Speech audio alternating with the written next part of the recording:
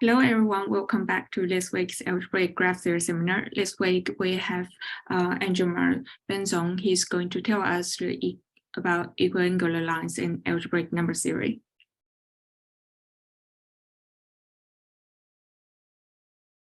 This is how I unmute myself, yes. Okay, I should apologize for my slides. So I will talk about something that people in quantum information theory call CPOVMs. There's a better name for them, which is maximal equiangular tight frames. You may have heard of those. So a tight frame is a collection of unit vectors, k unit vectors in a finite dimensional Hilbert space that form what physicists used to call a resolution of the identity. The tight frame is equiangular if the moduli of all the mutual scalar products are equal. These two, alpha 1 and alpha 2, are two real numbers that can easily be calculated if you know the dimension and if you know the number of vectors k. You can consider this problem either in a real vector space or in a complex one. In both cases, it's easy to see that in order to get a tight frame, you need at least d of these vectors. And it's also easy to see that there is a maximum that you can easily derive. You cannot have more than, let's say, in complex case, you cannot have more than d squared vectors. The reason is that you can think of these vectors as points in a complex projective space, and you can embed that complex projective space in a real vector space, which is actually the space of Hermitian matrices of fixed trace, which has dimension d squared minus 1. If you transform these conditions into this language, what you're looking at is simply a regular simplex in a space of dimension d squared minus 1, and then you cannot have more than d squared vertices.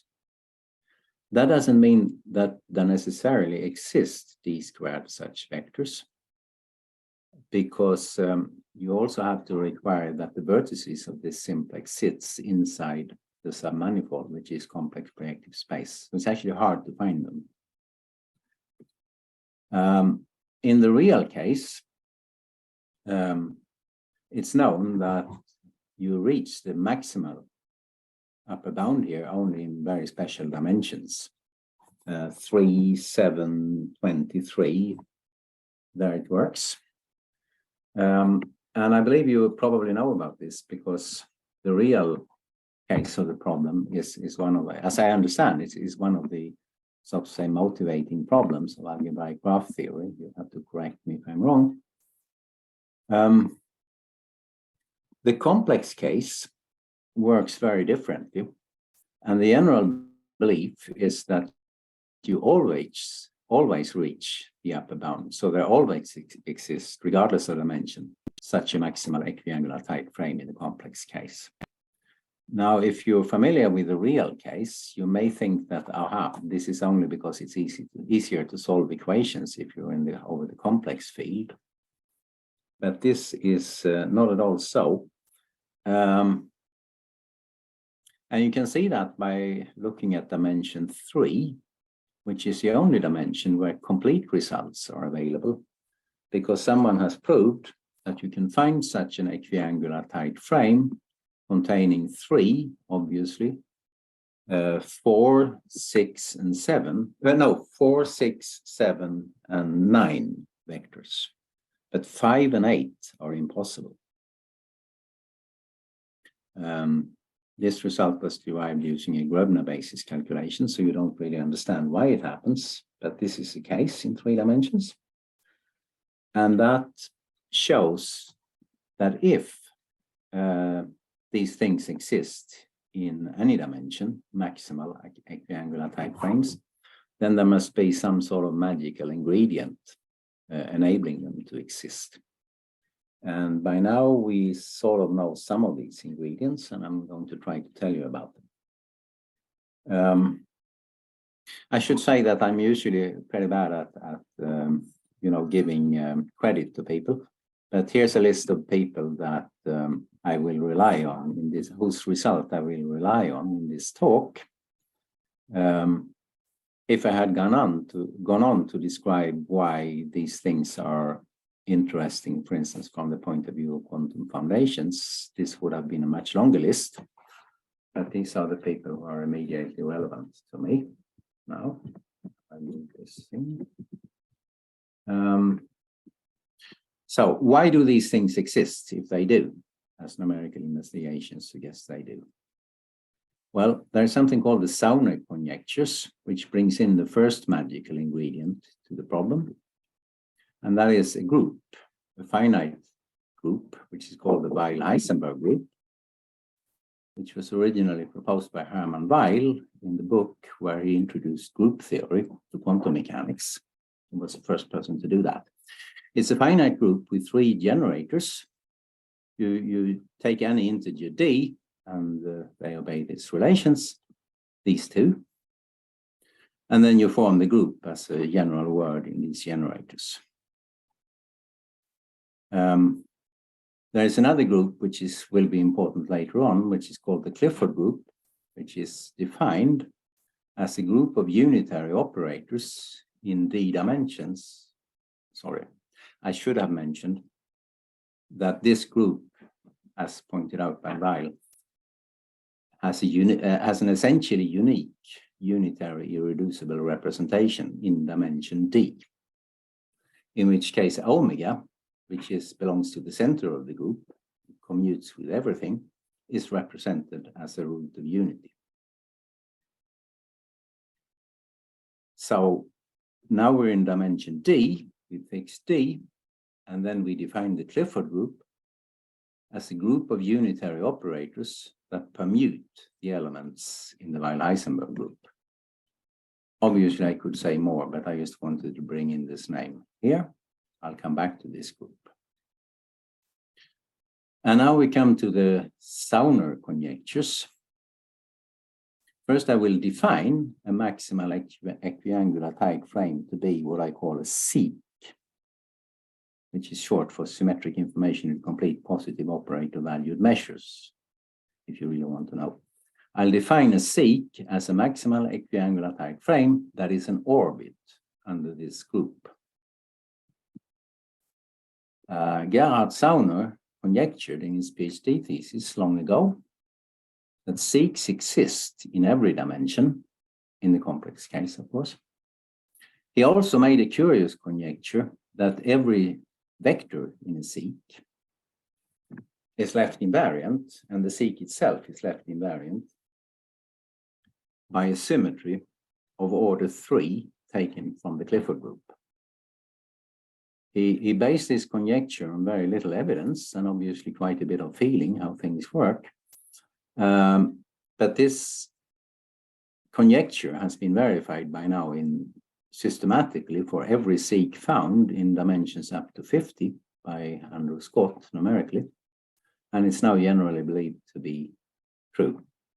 For a long time, this was the only indication that we had that there was something interesting going on somehow in the depths below the problem. There's another thing I'd like to mention here, which is sort of relevant and which is also leads us to a warning, namely that if you have a composite dimension and if the factors in the dimension are relatively prime, then the Weyl-Heisenberg group becomes a direct product group like this. However, if the dimension is a prime power, then the factors are obviously not relatively prime. And in that case, one can define other Heisenberg groups, whose relevance to maximal equiangular tight frames is doubtful. I should mention, though, that in dimension 8, that does actually exist, a maximal equiangular tight frame, which is an orbit under a different Heisenberg group, being a direct product of H2 times H2 times H2. We don't actually know if this is an isolated curiosity or the beginning of another subject, but I will ignore those cases in this talk. I'll focus on SICs, that is to say, maximal equiangular tight frames that are orbits under the Weyl-Heisenberg. Obviously, once you've made this conjecture, it's much easier to search for SICs numerically. And especially Andrew Scott did that very systematically. He is confident, and people believe him, that he has found every SIC in all dimensions up to 87, and he also has higher dimensional examples.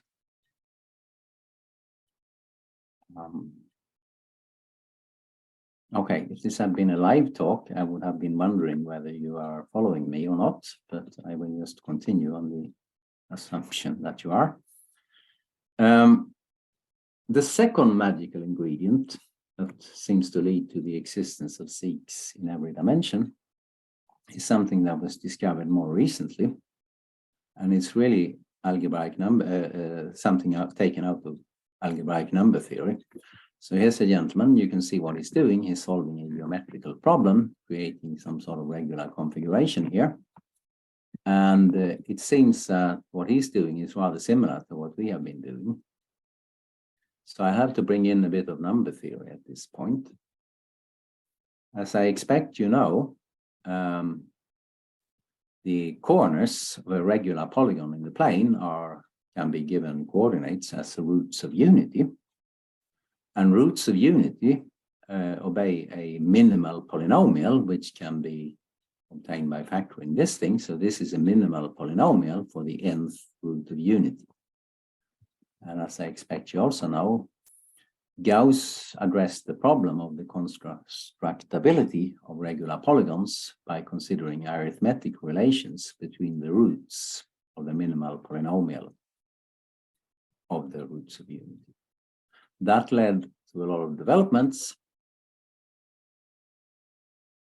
I have no idea whether you are at all familiar with algebraic number theory. Perhaps you know a lot more about it than I do, which is quite possible. But I should, in case you don't, let me state some definitions. An algebraic number is a root of a polynomial with integer coefficients. Here's a degree 1 example. So this is obviously an ordinary rational number. If the degree is higher, it's not. An algebraic integer is defined as a root of such a polynomial whose leading coefficient is equal to 1. So here b is an integer. X is an integer, clearly, because b is. An algebraic unit is an algebraic integer whose inverse is also an algebraic integer. So as long as you insist on rational coefficients here, integer coefficients here taken from the rational field, the only possibilities are these two polynomials. So the units in the rational field are plus minus 1. The nth roots of unity, on the other hand, are units in a bigger field, which is called the cyclotomic number field. It's the extension of the rationals with the root of unity. And because, so the general element of the field can be expressed as a linear combination of powers of roots of unity, like over a particular root of unity, which is then sent to generate the field. Concerning arithmetic relations between the roots, etc., that's performed by something called the Galois group. So in this particular case, the 7th roots of unity, you can see that if there is a permutation of the roots that takes omega to omega 3, then you're going to get the following sequence, because omega 3 then goes to omega 3 times 3, which is omega 9, which is the same thing as omega 2, because you're using the 7th roots of unity here. And if you continue that, you find you get back to omega after a few steps. So that means you have, in this case, a cyclic group. More generally, if the Galois group of a polynomial is abelian or solvable in the most general case, then, as Galois and other people showed, then the roots of that polynomial can be expressed using radicals, that is to say, root extractions. So for the 7th roots of unity, here's the 7th root of unity expressed by taking roots of roots and cube roots and things. That looks, of course, pretty horrible. And I should warn you that if you look into the list of exact solutions for SICs that people were producing in the early days. Then they were obtained by solving polynomial equations using Webner bases, etc. And they look, they sort of look like this, but much worse. In the case of the roots of unity, of course, we all know that there's a much more elegant way to describe the roots. We introduce this function here using the exponential function, and then the roots of unity are obtained by evaluating this function at rational points. There's a theorem due to Kronecker and Weber, which says that every algebraic extension of the rational number field that has an abelian Galois group, that's called an abelian extension, is necessarily a subfield of some cyclotomic field. So it's generated by some root of unity. And here then means that we have a very elegant description of the generators of a general number field, which is an abelian extension of the rationals. A term that one sometimes uses here is to say that the number field obtained by adjoining the nth root of unity to the rational as conductor n. This led Hilbert in the year 1900, when he proposed problems to work on for the next 100 years, to suggest the generalization. He wanted to find a similar nice description, including a nice description of the generators, for the general abelian extension of an arbitrary number field.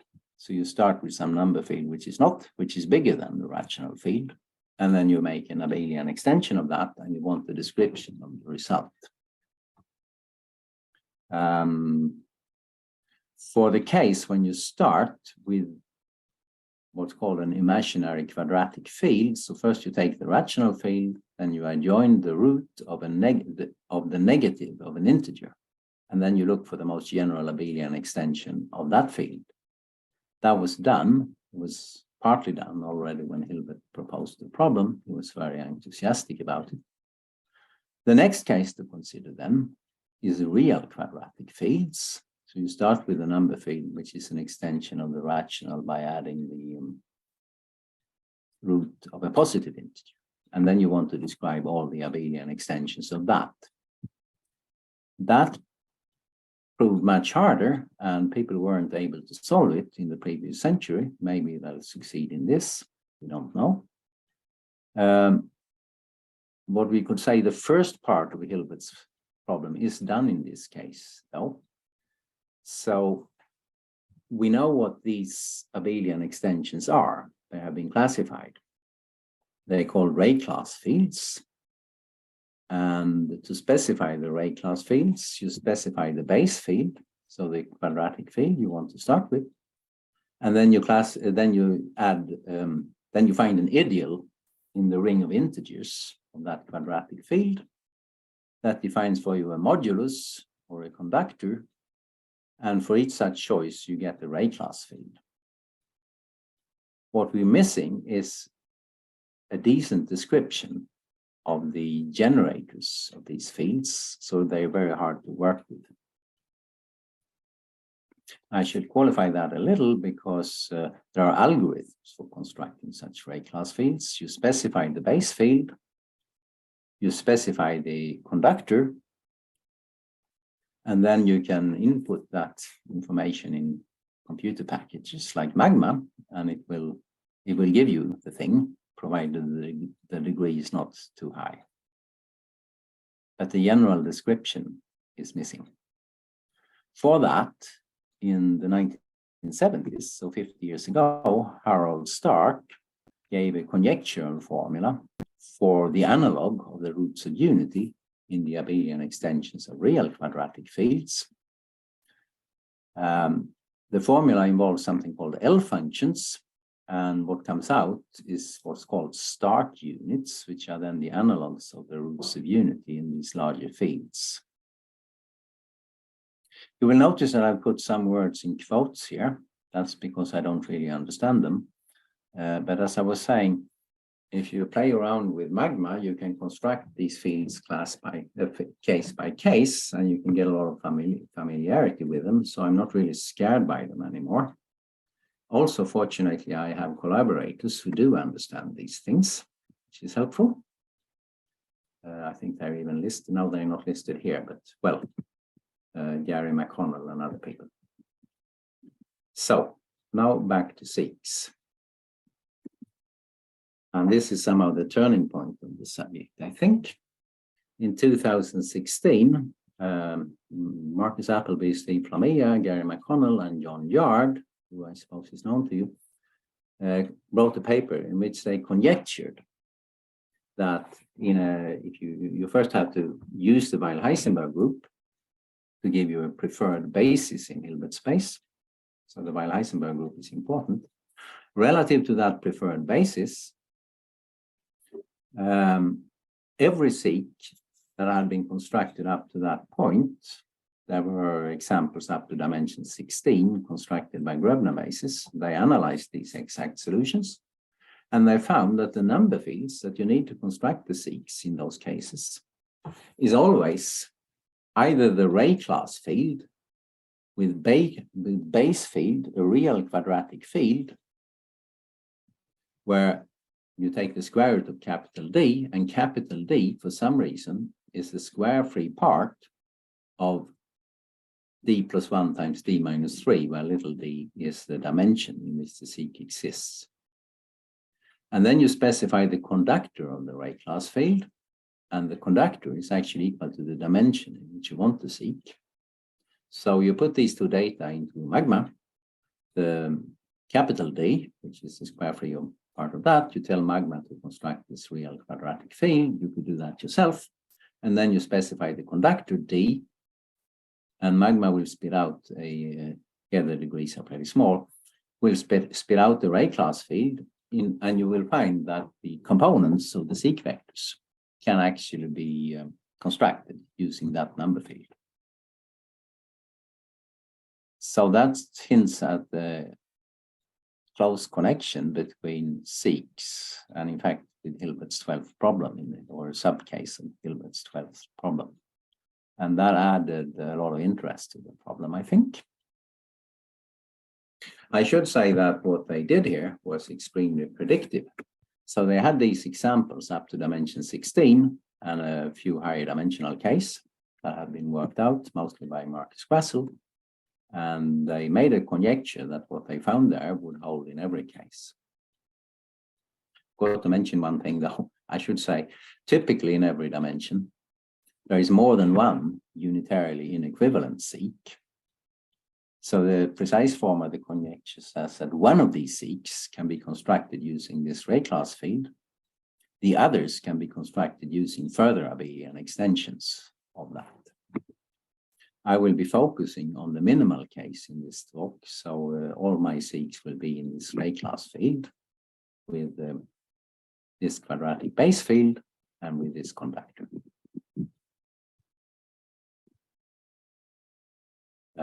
There's another interesting point which partly explained why Marcus Grassel was able to find solutions not only in every dimension up to 16, but also in these higher dimensions.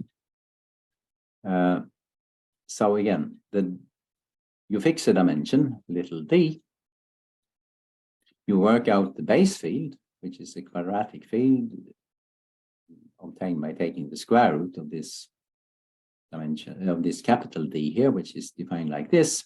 It's the square-free part of the right-hand side, meaning that the general formula is some integer squared times capital D is equal to that. Now, instead of starting with a given dimension, you can start by fixing an integer d, the square-free integer d. And then you can solve this equation for every dimension d, little d, which has the same base field. And in that way, you get infinite sequences of dimensions that are sort of number theoretically connected, because their SICs are all constructed using ray class field over this base field.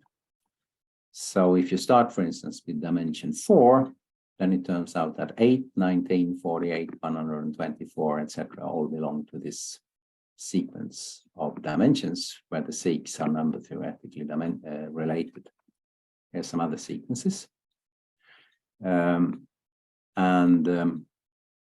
interesting thing is that the symmetry of the ray class SIC in such a dimension has an order 3 times L, where L is the position in the sequence. This is conjecture, of course, because we have not proved that SICs existed in dimensions beyond this, but it seems to be true. In the case of the dimensions I've listed, it's known to be true because in all these dimensions, SICs have by now been constructed, either exactly or in 2 cases only numerically. Numerical searches are easier if the symmetry is high. So in 1155 and 2208, there are only numerical examples. And incidentally, 2208 is the highest dimension in which you can find the SIC using numerical searches, assuming you are confining yourself to, say, a dozen CPU years on a big cluster. So these are lengthy calculations. But by now we have constructed SICs in dimensions that are higher than that. Another thing which is known as a fact is that the degree of the ray class fields, so the size of the polynomial that defines them, with conductor dl, where dl is one of these numbers, is proportional to 1 over L, namely L is a position in the sequence, so the degree of the ray class field is smaller than you'd think when you look at these dimensions. That's a helpful feature. So high, if a dimension sits in a high position in such a sequence, then life is easier, I think. And it's easier to construct these SICs than you'd think. I should say that there's something else that goes the other way and makes life harder, which is something called the class number of the real quadratic field. I'm not going to go into it, but some quadratic fields are easier to work with than others. And this was my sort of introduction. And again, I wish I could see you so I could see if you were at all interested at this point. But now I'm going to go over to something that I've been involved in myself, which is sort of a different sequence of dimensions than the ones shown here. So we're focusing on dimension of the form n squared plus 3, which is a sequence of dimensions you can look at. I will actually make a further restriction in this talk. Our work concerns all these dimensions, but in this talk, I'll focus on the case when the dimension also happens to be a prime number, because that's conceptually simpler. Then you can ask whether there are an infinite number of primes of this form. The answer is probably yes. It was conjectured long ago by Hardy and Littlewood that this is the case. I see no reason to doubt them, but it just doesn't so much matter for what I'm going to say. So suppose that you have a dimension of this form, which is equal to a prime. So that takes us to 7, 19, 67, 103, 199, and incidentally, quite a few of these examples here, 5779 and 6727 and so on. Now, an interesting point about this is that although P is a prime over the rationals, it's not the prime in the real quadratic field. So remember that we had this relation that the real quadratic field is defined by an equation. It's a square-free part of d plus 1 times d minus 3, but d minus 3 doesn't count because it's already a square. So in these dimensions, you have this relation between the real quadratic field and the dimension. And now you can see if d is a prime, that means you can see that this factors like this over the quadratic field.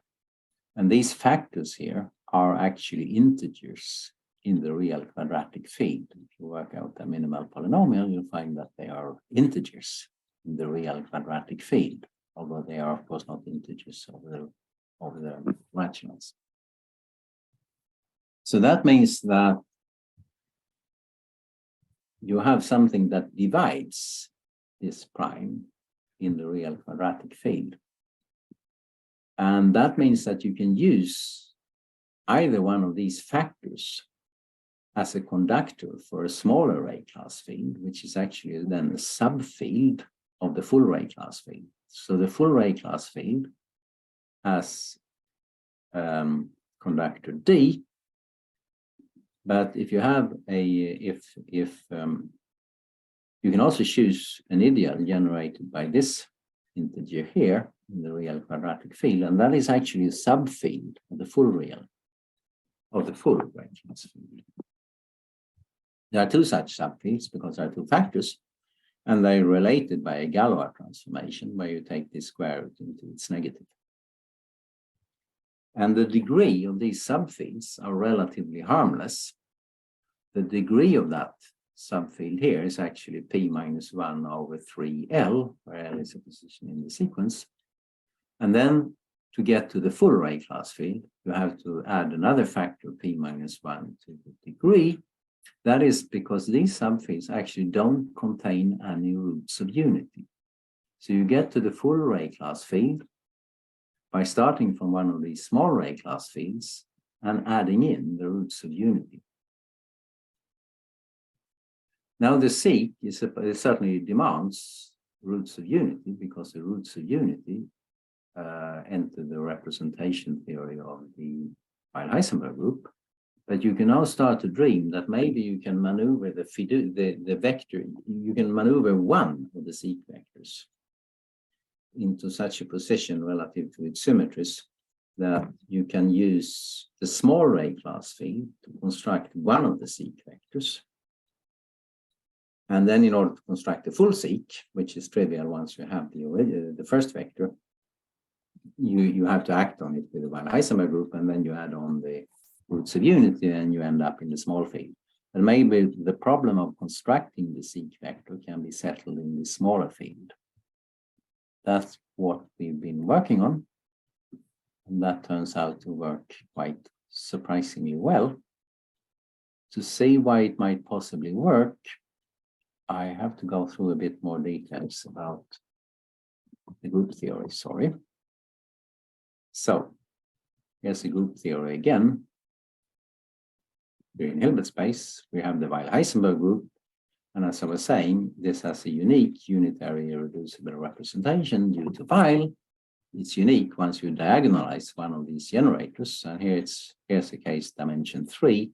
It's sort of obvious how this generalizes to higher dimensions, right? You just continue this, and you continue this. So this is a representation of the Weyl-Heisenberg. Then there was this Clifford group, which is a group of unitaries that permute the Weyl-Heisenberg group elements among themselves. It turns out, although the details are a bit, I'm not going to go into the detail, but it turns out that this Clifford group contains a copy of a group that is isomorphic to the symplectic group of 2 by 2 matrices with entries that are integers modulo D. So there's an abstract group here defined concretely in terms with these 2 by 2 matrices where the entries are integers modulo D, and which has determinant 1, that's why it's symplectic. And there is a perfectly, once you have fixed the representation of the Weyl-Heisenberg group, then the representation of this thing in the Clifford group is completely fixed. So to each such 2 by 2 matrix, you can associate the unitary matrix, which is in the Clifford group. And the representation of that thing is fixed. Just to give an example, here's an example of a 2 by 2 matrix with determinant 1. The elements are integers, clearly, modulo D. And the recipe here for working out the unitary representation, which I'm not giving, I apologize, if you apply the recipe to this 2 by 2 matrix, you get actually the usual Fourier matrix. This is true in any dimension, which is sort of a reasonably nice matrix. All its elements are roots of unities, apart from an overall factor, which is also in the cyclotomic field. So this group is also represented by means of the cyclotomic field, the bigger group. You can now check that this group element does what I told you it must, namely that this unitary permutes the elements of the Weyl-Heisenberg group. So given this, that, and that, it's easy to check that you get the permutation if you conjugate with this element here. Oops, did I go? It's generally true because of this permutation property that if you act with the Clifford group element on a SIC, you obtain a unitarily equivalent SIC. Or exceptionally, if there is a symmetry, you land in the same SIC as you started out with. Now, most of the elements of the symplectic group sort of look like this. They're given by Hadamard matrices. Every matrix element is same modulus. But there are some particular elements of this symplectic group which are particularly simple. If you start from a diagonal symplectic matrix, then the corresponding unitary is actually a real permutation matrix. And now suppose that the symmetry, which is the SIC vector is supposed to have, so the SIC vector is supposed to have a symmetry, namely at least an order 3 symmetry taken from the Clifford group. So there should be some element of the Clifford group which transforms it into itself. Now, if this thing happens to be a permutation matrix, then everything that the symmetry is doing is just permuting the elements. If it's not the permutation matrix, then it will bring in the roots of unity and things will be horribly complicated. But if one could choose this magical order 3 symmetry in such a way that it's given by a permutation matrix, then there is a chance that the numbers that make up the components of this vector are going to be particularly simple. So the question boils down to, can we do this? Is there such a 2 by 2 matrix, which should be power 3, so that if you raise it to the power 3 is equal to 1 modulo d? The answer is yes, if the dimension is a prime, which is equal to 1 modulo 3. You can check that. Otherwise, it's not possible. But fortunately, when the dimension is n squared plus 3 and prime, you can show that that prime has to be 1 modulo 3. So this particular sequence was selected because the symmetries work in a particularly simple way through simple permutations. There's another reason why we focus on this particular set of dimensions, which is that there are more general symmetries that the SIC can have that are given by anti-unitary transformations. So complex conjugation also enters. That's actually taken from a bigger group, which abstractly is the 2 by 2 matrices with determinant plus minus 1 modulo d. And this particular matrix here, which is clearly such an example, is represented by complex conjugation. So that raises the question whether we can find a SIC fiducial vector, which is invariant not only under the order 3 symmetry given by a permutation matrix, but also under complex conjugation. And it happens that Andrew Scott, based on numerical evidence, had conjectured that this is always true for this particular sequence and nowhere else. This is not proven, it's based on numerical evidence, but seems to be true. So that raises the question then, supposing in these dimensions, we should have an example of a real SIC vector. You act on that real vector with the Weyl-Heisenberg group and you get the full SIC.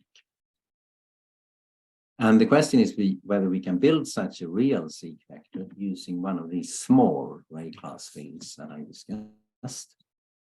And the answer is yes. We can do that. We have lots and lots of, we have, I don't know, 60 examples by now. The second question is if we can use this observation to write down some sort of explicit formula for it, in terms, preferably in terms of something like the start units, some sort of thing that can be computed from number theory. And here, unfortunately, the answer is no, we've been unable to do that. But that brings us to the next point, which is actually a Waterloo result from very old. I don't know if this person is still in Waterloo. He wrote a PhD thesis and published a rather interesting result long ago. He pointed out that if you have a real seq vector, then it turns out that the modulus of the has to be equal to 1 over square root of d plus 1, meaning that this quantity then, by the seq conditions, since x involves only real numbers, actually only zeros and ones, and since a vector is by assumption real, and because it's a seq, this has to be a phase factor. So it has to be equal to either plus or minus 1, always. I'm going to assume that it's actually equal to plus 1. That wasn't obvious to Roy, but let's put this thing equal to plus 1. Then you apply a discrete Fourier transformation, which is the Clifford operation, to this vector here. And then you can do a fairly simple calculation. So the Fourier transformation permutes the elements of the Weyl-Heisenberg group. So this thing here turns into this thing, which is still equal to 1, of course. On the other hand, because Z is represented as a diagonal operator, you can easily work out what this thing is in terms of the components of the vector. The components are called A here, AK. So you get this calculation here. This thing has to be equal to 1. And now if you invert the Fourier transformation here, you can explicitly calculate the modulus of the components of the seq. And Roy's observation was that if this comes from a real seq, then the Fourier transform of the real seq has components whose modulus are equal to each other, except if there's one element, and the 0th element in the vector, which has a bigger modulus. All the others have the same modulus. That means that the Fourier transform of a real seq vector is an almost flat vector. So it can be written as an overall normalization factor times one funny component, the size can be calculated, times a bunch of phase factors. And because of the symmetry, there are p minus 1 number of components here divided by 3 over 3 times L components in the vector. On the other hand, we know that the degree of that number field that I talked about is p minus 1 over 3L, which means that it contains 3 p minus 1 over 3L of these start units. So the conjecture that we made then was that these phase factors are actually start units. That turns out to be not quite true, but almost.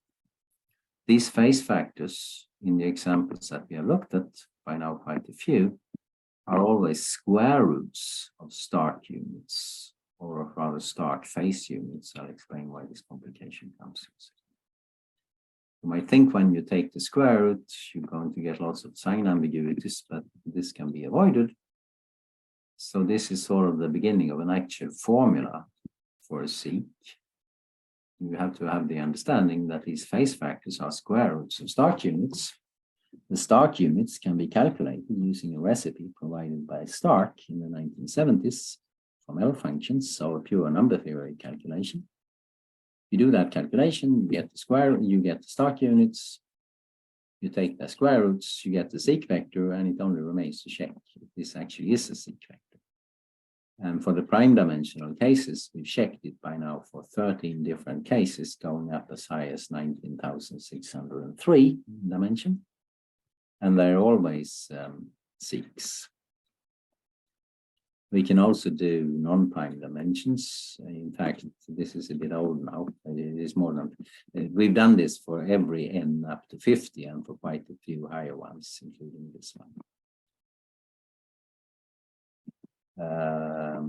Okay, So although I'm very enthusiastic about it, I've probably not quite conveyed my enthusiasm for this, because you haven't seen this before, you probably feel a bit lost.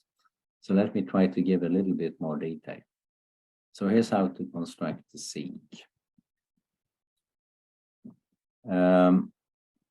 You start by computing these start units from the procedure that Stark gave in terms of special values of some analytic L function. This is a pure number theory calculation. The procedure that Stark proposed actually gives them as in a numerical approximation. You have to do that calculation up to a sufficiently high precision so that you can determine the minimal polynomial. That minimal polynomial will have this degree here, p minus 1 over 3L. And that gives you the start units. But it gives you the start units in a real subfield of the full Ray class field, which is incidentally where the real SIC fiducial is sitting, but we don't understand the real SIC fiducial, so we have to make this Galois transformation over to the other field. That's actually trivial. You take the minimal polynomial of the start units that you derive here in a non-trivial fashion. But once you have that minimal polynomial, you just flip the sign of square root of d in that polynomial, and you get a polynomial of the same degree whose roots are provably phase factors. That's then sitting in the Ray class field with this conductor. So at this point, then you actually know, well, now you have to take the square roots, but you have a polynomial now, the minimal polynomial of the Stark phase units, so the Galois conjugates, so the things calculated using Stark's procedure. Then you substitute, instead of a polynomial times x as a function of x, you substitute x squared. You actually do a little funny scaling also, which I'm not going to go into. And the result will be a polynomial of twice the degree here, which you can factor over the quadratic field. That's an easy step.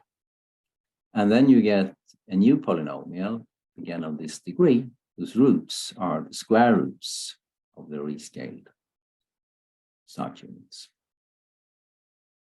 So at this point, then you know what the you have a list of components of the SIC, but you don't quite know what order to put them in. That is in principle easy, because you have to order the roots of this polynomial using its Galois group.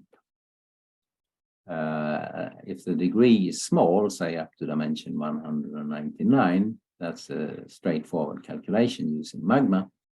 Once the degree goes up, it's a non-trivial calculation. One has to spend a significant amount of time on. We had one procedure in the paper we published. We have better procedures now. Anyway, this is something which is doable. So that at this point, then you have an ordered set of components to put in your vector. Now, in the vector, the components are also ordered by a cyclic group, but that cyclic group is actually a subgroup of the Clifford group. So you have to relate this cyclic Galois group to the cyclic subgroup of the Clifford group. That is something which can be done again. Better procedures than we had when we wrote the paper. This can actually now be done in a completely logical fashion. So finally, you just put the numbers you calculated into the vector. So these are now known numbers in a known order. That's the first component here, which is the square root of that tiny thing. So you just put these numbers into the vectors, and then it remains to check whether you actually have a SIC. And since we have no proof that this procedure works, this is sort of essential. It's also calculationally pretty impossible, because the SIC conditions involve you have to check all these mutual scalar products. And if the dimension is d, it's actually d squared times d squared over 2 such calculations. And if the degree of the number field is high, that is going to take a long time. But numerically, it can be done. So when we reach this stage, we can always check numerically to a few thousand digits that we do have a SIC. So then we do have a seek in these dimensions. And we have them in dimensions which are much higher than anything we can possibly reach using numerical searches. And then we come to the important point, how do we know that this procedure actually produces a seek? It does produce a seek in all the dimensions we've tested, so some 60 or 70 cases. How do we know that it always works? Unfortunately, I have a empty slide here, meaning that I have no idea how to prove that. Sorry. I leave that for the audience. And that basically brings me to the end of my talk, for which I should apologize because I couldn't bring in as much detail as I needed in order to make it comprehensible. But to learn more, we actually wrote a paper about our construction in these dimensions. It's a fairly long paper. If you want to learn more about seeks and number theory, there's a surprisingly readable paper by a number theorist called Jean Kopp. And there's more to come in a paper not yet published. I don't know too much about it, but lots of things are happening on the number theory side. Before you tackle that, you may want to learn the necessary group theory. That's actually a manageable task because basically everything you need is in this old paper by Marcus Appleby, 2004. And if you want to play with seeks, explicit examples well, maybe to find out some interesting thing yourself, there are nice catalogs of seeks. Particularly, there's a famous catalog by Scott and Grassel from 2009, which contains these exact solutions that were the basis for this conjecture that I mentioned. It also contains numerical seeks. There's a second paper by Andrew Scott alone from 2017, where he gives examples of seeks all the way up, numerical up all the way up to 100 and something, so you can play with them yourself. So this is basically all you need to read in order to understand what I know. If you want to do something about, for instance, my empty slide there, where I admitted that I have no idea how to prove seek existence in any other way than to actually calculate them, you probably need some other knowledge that I don't have, so you should probably also study some papers that I haven't studied in order to get some sort of idea how to do this. And I guess this was what I had to say. I stop the sharing. So okay, thank you. Welcome. Very nice talk. So is there any question for? There is a question in the chat. Is this the most up-to-date list of examples? I have to check how much Marcus has been able to update. No, it's not. It's not even close, I think. We have many more examples in the equal sense. This is, I think, he put there when we published our paper last year. And it was up to date then. We have many more examples in non-prime dimensions now. So the answer is no. On the other hand, it's, as you can see, an impressive list if you look at it. And he has, so his list there in this, you can find in this link, include, among other things, exact solutions in every dimension up to 53, which is the most up-to-date list as far as going from the bottom all the way up without choosing some specific sequence. For dimensions n squared plus 3 is out of date, but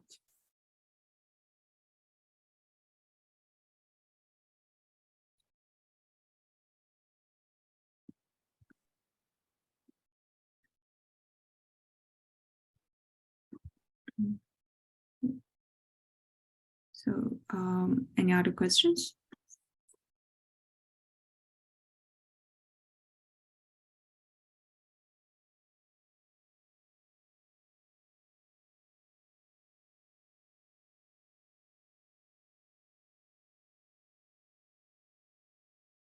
maybe I can ask you questions, since this is a seminar in algebraic graph theory.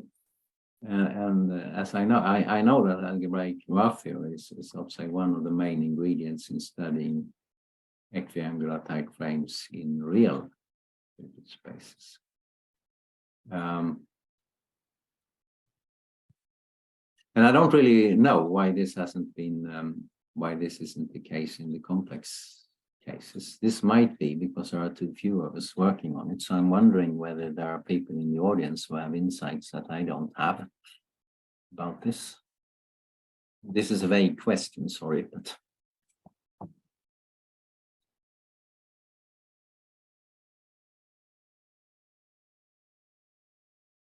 Without perhaps a clear-cut answer.